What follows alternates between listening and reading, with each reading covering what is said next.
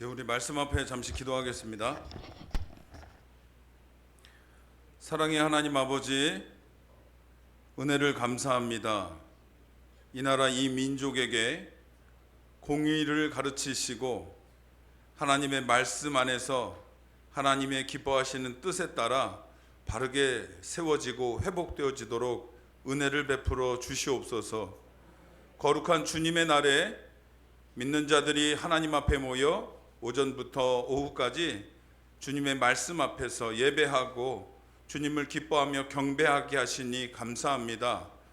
이 한 시간도 하나님의 크신 은혜로 베풀어 주시고 채워 주셔서 오로지 하나님의 뜻을 알고 하나님의 음성을 듣고 하나님 주신 믿음에 따라 순종으로 나아가는 우리들의 삶이 될 수 있도록 인도하여 주시옵소서. 홀로 영광 받아 주시기를 원합니다. 감사드리며 예수님의 이름으로 기도드립니다. 아멘. 감사합니다. 할렐루야. 네, 반갑습니다. 네, 오늘 말씀은 창세기 12장 4절에서 7절 말씀으로 아브라함의 순종이라는 제목으로 함께 은혜를 나누겠습니다. 네, 오전 우리 목사님의 말씀 중에 사울에서 바울로 라는 제목으로 우리가 말씀을 들었습니다. 저는 이 말씀 중에서 이 부분이 좀 제 마음에 좀 깊이 다가왔습니다. 큰 자에서 작은 자로 변화되어지는데 오히려 또 삶은 힘들어지고 궁핍해지는데 고난은 더 많아지는데 내 안에서 샘솟는 이 기쁨은 무엇 때문입니까? 이것이 너무 깊이 다가왔어요. 우리 예수님 믿으면서 물론 맞습니다. 기복 신앙이라고 말하기도 하지만 예수님 믿으면서 복을 받아야 합니다. 그러나 복을 받든 받지 못하든 우리의 신앙이 흔들려서는 안 되겠다라는 것을 깊이 생각해 보는 오전 말씀이었습니다. 잘 기억하시고 삶에서 흔들리지 않으시고 환경 때문에 좌로나 우로나 치우치지 마시고 오로지 하나님 한 분만으로 늘 기뻐하시는 우리 동성교회 모두가 되시기를 간절히 소망합니다. 아멘.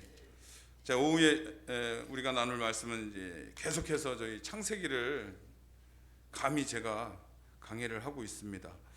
바라기는 이 말씀 안에서 하나님의 음성 들으시기를 바라고요. 위로와 또 격려와 말씀 앞에서의 회개가 하나님이 기뻐하시는 시간으로 받으시는 시간 되시길 바랍니다. 너는 내 고향과 친척과 아버지를 떠나 내가 네게 보여줄 땅으로 가라. 아멘. 아브라함은 하나님의 이 말씀을 따르기로 결정했습니다. 어려운 말씀이었습니다.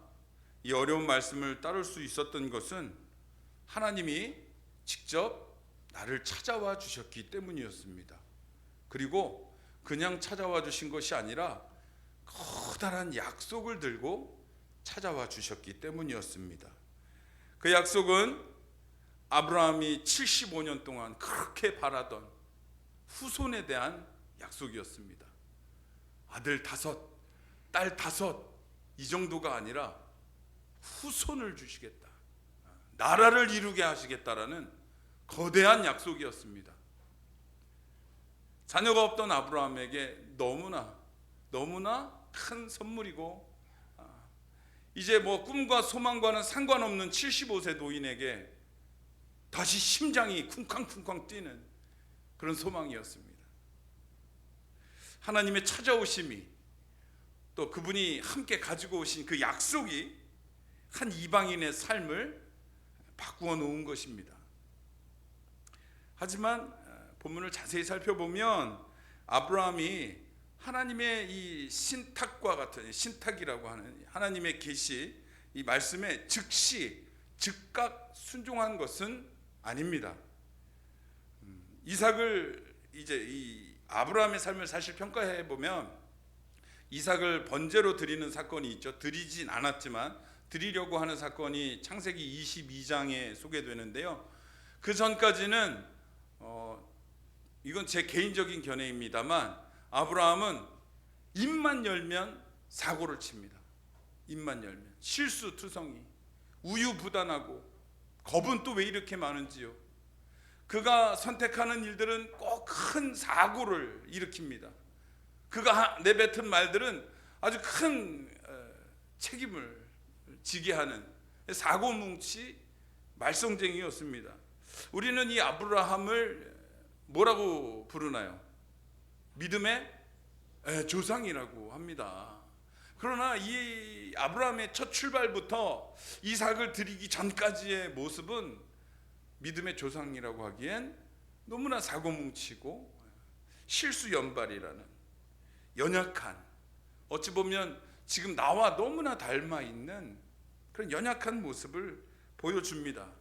그런데 그런 이방인이었던 아브라함을 하나님께서 찾아가 주셨어요. 그리고 그에게 다시 심장이 뛰게 하셨어요. 약속을 주시면서, 그러면서 하나씩 가르치시고 훈련시키시고 성장시키셔서 지금 이스라엘 사람들이 국부로 여기고 있는 믿음의 조상으로 기어코 세워 놓으신 것이 바로 하나님이십니다. 그래서 우리가 오늘 본문을 대할 때, 또 22장까지 쭉 소개되는 아브라함을 대할 때 어떻게 대해야 하냐면, 이 사람이 하나님을 지금 만나긴 했지만 하나님에 대해서 지금 하나님을 만나긴 했지만 하나님에 대해서 아직 잘 모르는 상태라는 것을 반드시 기억해야 합니다.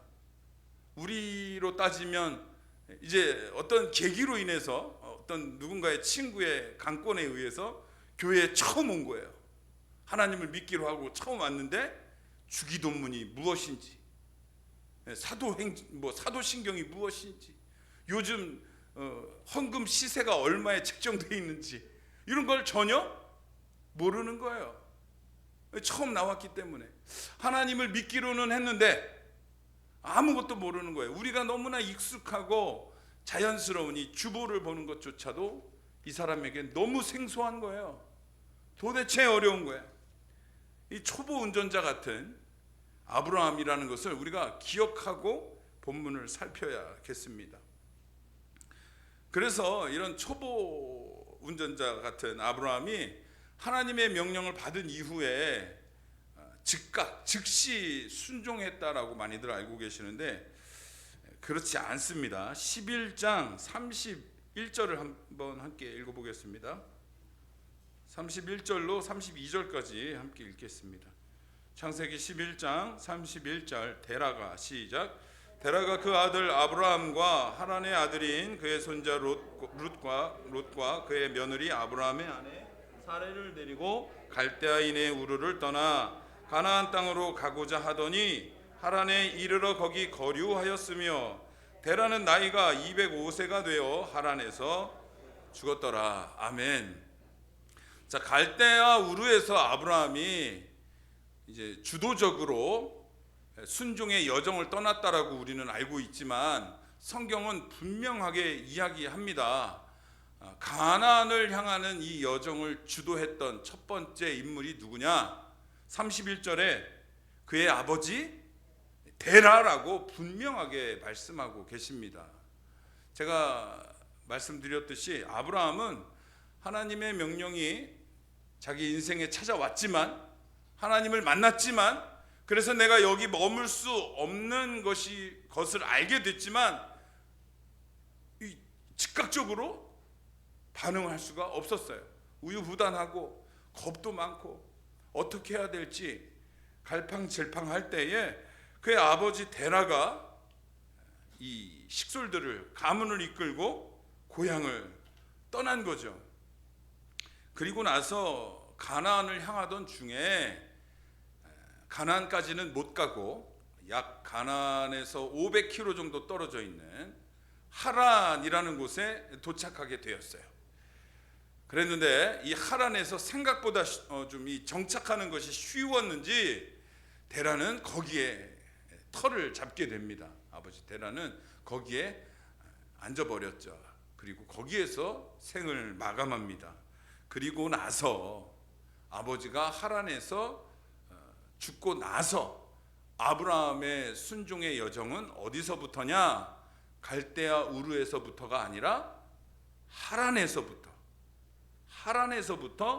아브라함의 주도로 나머지 식솔들이 가나안행을 떠나게 된다라는 것을 확실히 우리가 짚고 넘어가야겠습니다.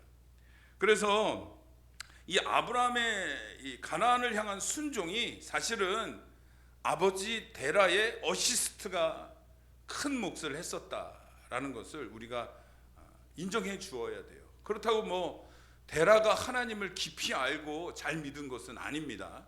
데라도 중간에 하란에서 멈춰 섰기 때문에 데라가 하나님을 깊이 만나고 알게 됐다라고 보기는 어렵습니다.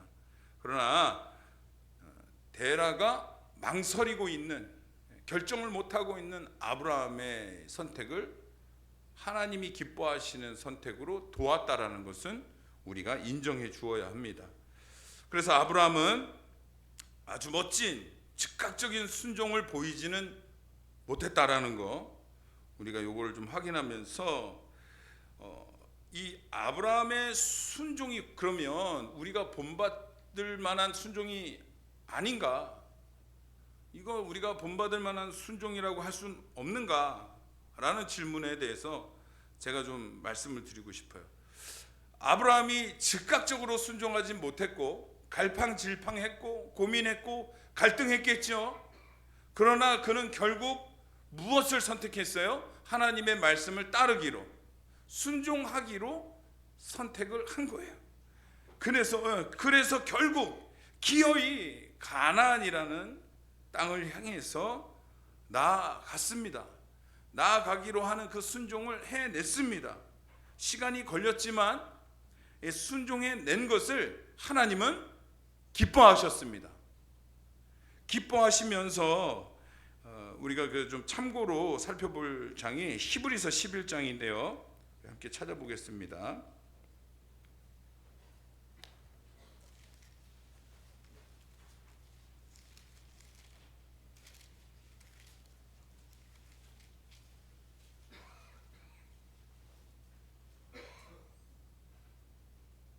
(8절입니다) 11장 8절 함께 신약성경 365페이지 함께 읽겠습니다. 믿음으로 아브라함은 부르심을 받았을 때에 순종하여 장래의 유업으로 받을 땅에 나아갈새 갈 바를 알지 못하고 나아갔으며. 아멘. 그가 갈등은 했지만 또 시간이 꽤 지체됐지만 결국 순종의 길을 택한 이것을 하나님이 뭐라고 칭찬해 주시냐면 이것도 믿음이었다, 이것도 순종이었다라고 그를 높여주고 계시는 거예요. 아브라함이 완전한 순종, 또 우리가 본받을 만한 순종의 모습은 아니었다 할지라도 결국에는 갈등하던 끝에 하나님의 뜻을 따르기로 선택한 그것을 하나님은 믿음이었다라고 얘기하시는 거예요. 그건 순종이었다라고 칭찬해 주시는 거예요. 너무나 기뻐해 주시는 거예요. 이 본문을 보면서 하나님이 우리에게 원하시는 믿음이, 또 순종이 무엇인지 다시 한번 깊이 생각해 보게 하십니다. 제가 초등학교, 저는 이제 국민학교를 다녔는데 국민학교 6학년 동안 한 번도 놓치지 않고 받았던 상이 있습니다. 제 자랑입니다. 저의 그 유일한 자랑거리죠. 개근상입니다. 그 당시에 개근상은 체육만 좋아하던 저에게 유일한, 선생님께 칭찬받는, 또 부모님께 칭찬받는 유일한 상이었죠. 개근상의 조건이 뭡니까? 이 녀석이 학교에 올 때 기쁜 마음으로 왔는가 안 왔는가를 보지 않습니다. 받아쓰기를 몇 개를 틀렸는가 이걸 보지 않습니다. 수업 시간에 장난을 쳤는가 안 쳤는가 이것도 보지 않습니다. 오로지 출석을 착실히 했는가, 나와서 장난을 치든 도시락을 일찍 까먹든 중요하지 않습니다. 개근상은 빠지지 않았느냐가 제일 중요합니다. 하나님께서 우리에게 이제 순종을 말씀하실 때 어쩔 때는 정말 하기 싫을 때가 있습니다. 하나님의 뜻이 나에게 기쁨으로 다가오지 않을 때가 있습니다. 하기 싫어 죽겠는데 하나님은 해라 라고 말하실 때가 많습니다. 그래서 저만 그런 거죠. 저만. 성도님들이 눈을 피하시는데 저만 그렇습니다. 하나님의 뜻이 나에게 항상 반갑게만 다가오는 것이 아니더라고요. 그분의 뜻이 불편할 때가 많았습니다. 사실입니다. 그러나 하나님은 우리에게 그럼에도 불구하고 마음의 갈등을 이기고 싸우고 또 넘어지고 어쨌든 기어코 결국에는 순종을 택하시길 원하십니다. 그리고 그렇게 기어이 우당탕탕 순종을 하게 되면 하나님은 그것을 보시며 이건 믿음이다, 순종이다 라고 칭찬해 주시는 거예요. 여러분의 순종은 처음부터 끝까지 아름다웠습니까? 저는 솔직히 말씀드리면 제 순종은 말 그대로 방금 말씀드렸던 우당탕탕 순종이었습니다. 하나님 기뻐하시는 그 모든 과정들을 아름답게 이어가지 못했지만 그래도 우당탕탕하며 결국에는 순종하였더니 하나님께서 이것을 귀하게 받아주셨습니다. 너무나 칭찬해 주시고 너무나 높여주셨습니다. 이것을 칭찬하시는 하나님을 오늘 말씀에서 저는 또 한번 만나게 됩니다. 창세기에 가인이 등장하죠. 아벨을 죽인 형입니다. 만약에 이 가인이 아벨을 죽이고 싶었지만 죽이지 않았다고 한다면 하나님께서 너 아벨을 미워했지? 넌 저주받아 라고 하셨을까라는 질문이 들었습니다.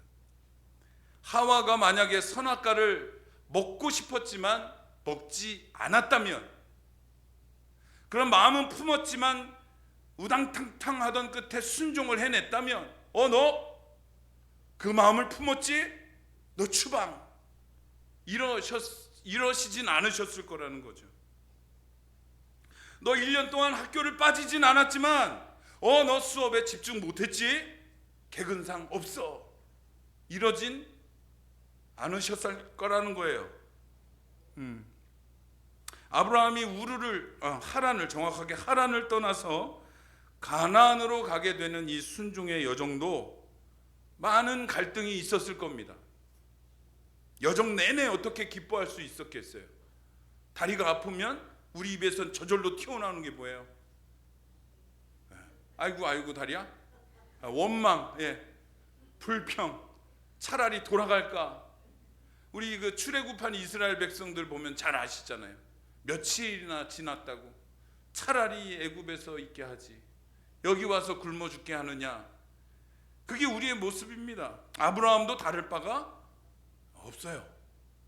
이가 하란에서 가나안을 향하는 동안 500km 직선거리로 500km 성인 남성 걸음으로 2달 남짓의 여정 동안 어떻게 계속 기뻐만 순종하는 그 뜨거운 마음으로 그 여정을 감당할 수 있었겠어요? 힘들었겠죠. 불평도 나왔겠죠. 돌아가고 싶은 생각도 많았을 겁니다. 그런데 어떻게 했습니까? 우당탕탕 끝에 결국엔 가나안 땅 제일 북쪽에 있는 세겜이라는 곳, 모래 상수리 나무까지 도착하게 되는 겁니다. 그것을 하나님이 무척 기뻐하세요. 무척 기뻐하십니다. 오늘 본문 보니까 하나님이 그렇게 좌충우돌 우당탕탕하며 세겜에 도착한 아브라함을 다시 한번 찾아와 주세요. 또 한번 찾아와 주셔서 아브라함을 무척이나 반가워하시며 아브라함에게 또 한 번 복을 내려주시는 본문이 7절, 그렇죠? 6절부터 우리가 7절까지 다시 한번 읽어보겠습니다.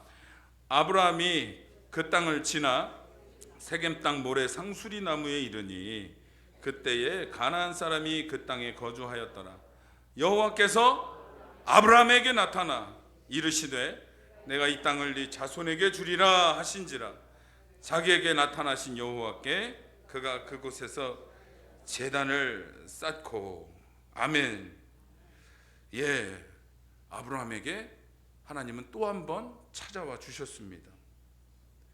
신앙을 막 시작한, 이제 하나님을 이제 알아가야 하는 아브라함에게, 이 어린 신앙을 가지고 있는 아브라함에게 갈등과 고민을 좌충우돌하며 결국엔 순종을 택한, 그래서 이 가나안 땅 최북단에 도착한 아브라함에게 하나님은 나타나셔서 그를 축복해 주고 계십니다. 복을 주시고 계십니다.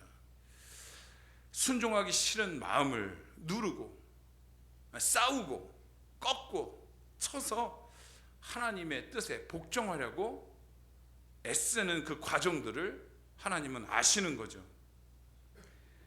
고린도전서 9장 27절에서 바울 사도가 이렇게 이야기하죠.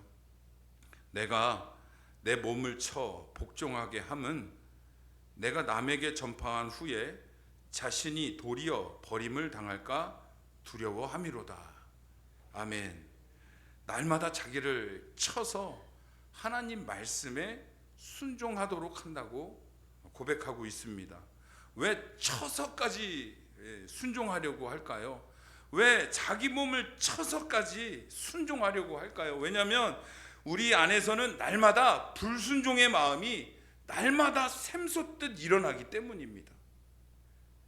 게다가 이 불순종의 마음은 너무나 거세게 일어나서 내가 받은 은혜들을 쉽게 잃어버리게 만들기 때문입니다. 그래서 바울은 이렇게 강한 표현을 하고 있는 거예요. 내 몸을 쳐서라도 하나님의 뜻에 순종하려고 몸부림친다. 그럴까 봐 두려워한다 라고 이야기하고 있는 거예요. 하나님은 우리를 잘 아십니다. 정확하게 아십니다. 완전하게 꿰뚫어 아십니다. 그래서 우리가 언제나 한결같이 감사로 가득 차서 하나님 앞에 서 있을 수 없다라는 것을 너무나 잘 아십니다. 그래서 우리가 날마다 이 솟아오르는 불순종의 마음들과 싸우고 있다는 것도 아시고 많이 진 경우도 있다라는 것을 하나님 다 아십니다. 속일 수가 없어요. 우리는 성도들 앞에서 우리가 날마다 은혜의 싸움에서 승리한 것처럼 아름다운 표정을 짓지만 사실은 우리의 삶에서 얼마나 많은 패배를 겪고 오셨습니까? 오늘만 해도 내 마음에 마귀의 유혹이, 마귀의 시험이 나를 얼마나 많이 무너뜨렸습니까? 하나님은 우리를 잘 아십니다. 그럼에도 우리가 이 시간에 모여서 하나님 앞에 예배드리는 이 시간을 하나님이 기뻐하실까요? 안 하실까요? 기뻐하실까요? 안 하실까요? 기뻐하십니다. 믿음이다, 순종이다 칭찬해 주시는 거예요. 우리는 그것을 감사해야 합니다. 다시 본문으로 돌아가서 하란에서 아브라함이 이제 떠나는 순간부터 정말 아브라함의 순종이 시작되는 거예요. 갈대아 우르에서는 아버지의 어시스트를 받았지만 이제 하란에서부터는 자기가 주도하여 진정한 순종의 여정을 시작하게 되는 거예요. 여기서부터 하나님은 아브라함을 빚어가십니다. 훈련시켜 가시고 하나씩 가르치십니다. 아내 사레와, 아직 사레죠, 사레와 하란에서 얻게 된 일꾼들, 그리고 일찍 죽은 막내 동생 하란, 이 하란의 아들 롯과 함께 가나안을 향하게 되는 거죠. 그리고 세겜 땅 모레라는 곳에 상수리 나무에 도착하였습니다. 이곳이 가나안 최북단입니다. 여기서 모레라는 곳은 내일 모레라는 그 모레가 아니라 히브리 말로 지역명인데요. 히브리 말로 어떤 뜻을 가지고 있냐면 살펴보니까 선생님, 그리고 동시에 이른 비라는 의미를 가지고 있습니다. 즉 이 아브라함이 제일 먼저 도착한 가나안 최북단의 세겜 땅 모레라는 곳은 선생님, 이른 비라는 의미를 가진 지역인데, 이 지역명의 뜻이 뭐냐면 선생님께서 가르치시고 이른 비로 이 식물들을 자라게 하듯이 선생님의 가르침으로 그 인생을 성장시키신다라는 뜻을 가지고 있습니다. 그래서 의역을 해보자면 우리의 참 선생이신 하나님께서 가르치셔서 아브라함을 성장시키신다 라고 해석해도 되겠습니다. 참 멋지죠? 어떻게 이 초보 운전자인 아브라함이 처음 도착한 곳이 하나님의 계획이 온전히 담겨있는 지역명 모레라는 곳에 도착하게 되었으며, 또 상수리 나무는 매우 크게 자라는 나무입니다. 그러니 하나님의 큰 뜻이, 큰 계획이 아브라함에게 있을 것이라는 것을 예표하고 있는 거죠. 예시하고 있는 거죠. 이 큰 상징적 의미들이 증명하듯이 이 세겜에서 참으로 벅찬 일이 일어납니다. 아까 말씀드렸던 하나님의 다시 찾아오심, 반겨주심, 환영하심이 소개됩니다. 7절을 우리 다시 한번 읽어보겠습니다. 여호와께서 아브라함에게 나타나 이르시되 내가 이 땅을 네 자손에게 주리라 하신지라. 자기에게 나타나신 여호와께 그가 그곳에서 제단을 쌓고. 아멘. 세겜 땅 모레에 상수리 나무에 도착한 아브라함에게 하나님이 다시 찾아오셔서 내가 이 땅을 앞으로 태어날 네 자손들에게 줄 것이다 라고 말씀합니다. 이게 어떤 상황이에요, 여러분들? 아브라함은 지금 어떤 커다란 시험을 이기고 하나님 앞에 큰 영광을 올려드린 것이 아닙니다. 아직 그런 큰 어려움을 이겨내고 멋진 믿음을 보여준 것은 아니에요. 그죠? 500km 정도, 한 2달 정도 어려운 걸음이지만, 그것도 어려운 걸음이지만 겨우 하란을 떠나 가나안에 도착한 것 뿐입니다. 이 말씀을 묵상하면서 전에 있었던 일이 또 떠올랐어요. 우리 그 막내는 지금 5학년인데 초등학교 학교에 입학하기 전에 유치원을 다닐 때 7살이 되고 그 다음에는 입학을 하게 되잖아요. 입학을 하게 되면 참 기쁜 일이죠. 자녀가 초등학교에 들어가는 건 참 기쁜 일입니다. 이렇게 쑥쑥 커주는 것만으로도 참 감사하죠. 그런데 문제가 생겼어요. 이 아이가 학교에 가는 법을 아직 몰라요. 혼자 가는 법을. 이제 막 졸업을 해야 되기 때문에, 유치원을 졸업해야 되기 때문에. 그래서 큰 고민이었죠. 방법을 고민해 봤는데 미리 연습을 해보는 거였습니다. 그래서 처음에는 제가 몇 번 손을 잡고 학교까지 가는 길을 동행해 주었어요. 그리고 이제 시험을 칩니다. 제가 학교 앞에서 기다리고 아이는 집에서 출발해 보는 거예요. 여러 공원을 지나서, 놀이터를 지나서, 또 작은 찾기를 하나 지나서 학교 앞에 도착하는 미션이었어요. 아무것도 아닌 것 같죠? 저는 그때 심장이 막 벌렁벌렁거렸어요. 너무 불안하고 초조하고, 남일이니까 아무것도 아닌 것 같으시겠지만 정말 불안했어요. 정말 걱정되고.